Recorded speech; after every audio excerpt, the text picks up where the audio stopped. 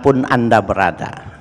Sekarang kita lihat apa sih sebenarnya alasan kiblat harus dirubah. Jawabannya tidak lain, Allah memberikan jawaban secara langsung karena itu dipertanyakan oleh semua orang yang mengikuti Rasulullah Shallallahu Alaihi Wasallam. Di dalam Al-Baqarah ayat 143, wa ma ja'alnal qiblata allati kunta 'alaiha illa lina'lama may yattabi'ur rasul wa mimman yanqalibu 'ala aqibai. Tidaklah kami jadikan kiblat yang sekarang kalian menghadap kecuali kami ingin tahu siapa di antara kalian yang mengikuti nabinya dan siapa yang berbalik. Bapak saya sekalian, pada waktu itu dua agama samawi, para pengikutnya mereka kecewa karena Nabi Muhammad itu membalikkan wajahnya ke tidak ke Baitul Maqdis tetapi ke Baitullah. Disitulah terlihat terbedakan antara air dan minyak, mana yang mengikuti Rasulullah dan mana yang tidak mengikuti. Nah ini Bapak saudara sekalian yang berbahagia, sekaligus yang kedua sebagai jawaban bahwa orang Islam itu tidak menghadap dan tidak menyembah patung. Dulu tahun 80-an ketika saya masih mahasiswa di Yogyakarta, itu banyak sekali hembusan tulisan-tulisan ya dari kaum orientalis yang mengatakan bahwa apa sih bedanya kami dengan kalian orang Islam? Bukankah orang Islam itu juga sholatnya menyembah berhala?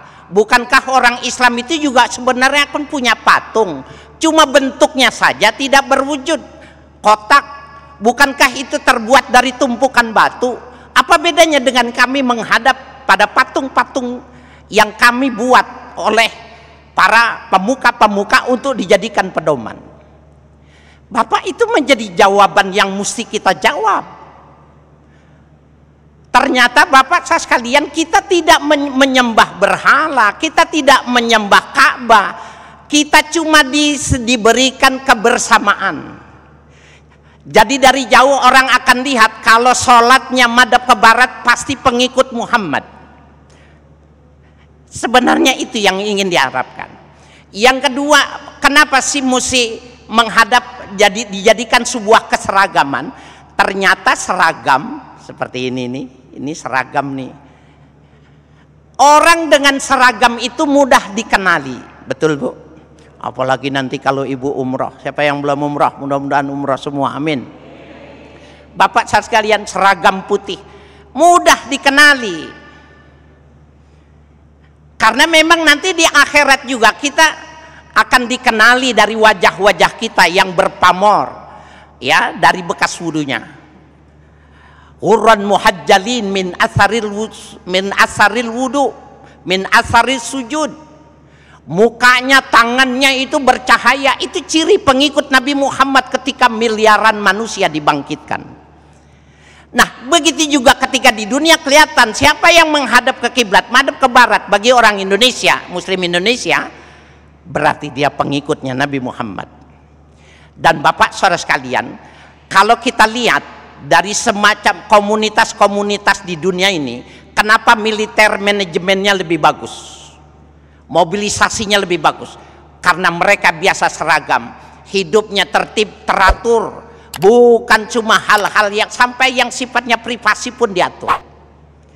Nah Islam itu sebenarnya ingin mengarahkan orang supaya hidupnya sama, sejalan, satu pemikiran ya, dan mereka bisa dikenali oleh orang lain. Nah, jadi Bapak saya sekalian, salah dan tidak benar ketika ada anggapan bahwa kita menghadap batu, bahwa sesungguhnya kita tidak menyembah batu, tetapi Allah cuma pengen tahu siapa yang ikut nabinya, siapa yang berbalik meninggalkan nabinya. Jadi tidak ada di dalam teologi Islam itu patung atau benda-benda yang disembah.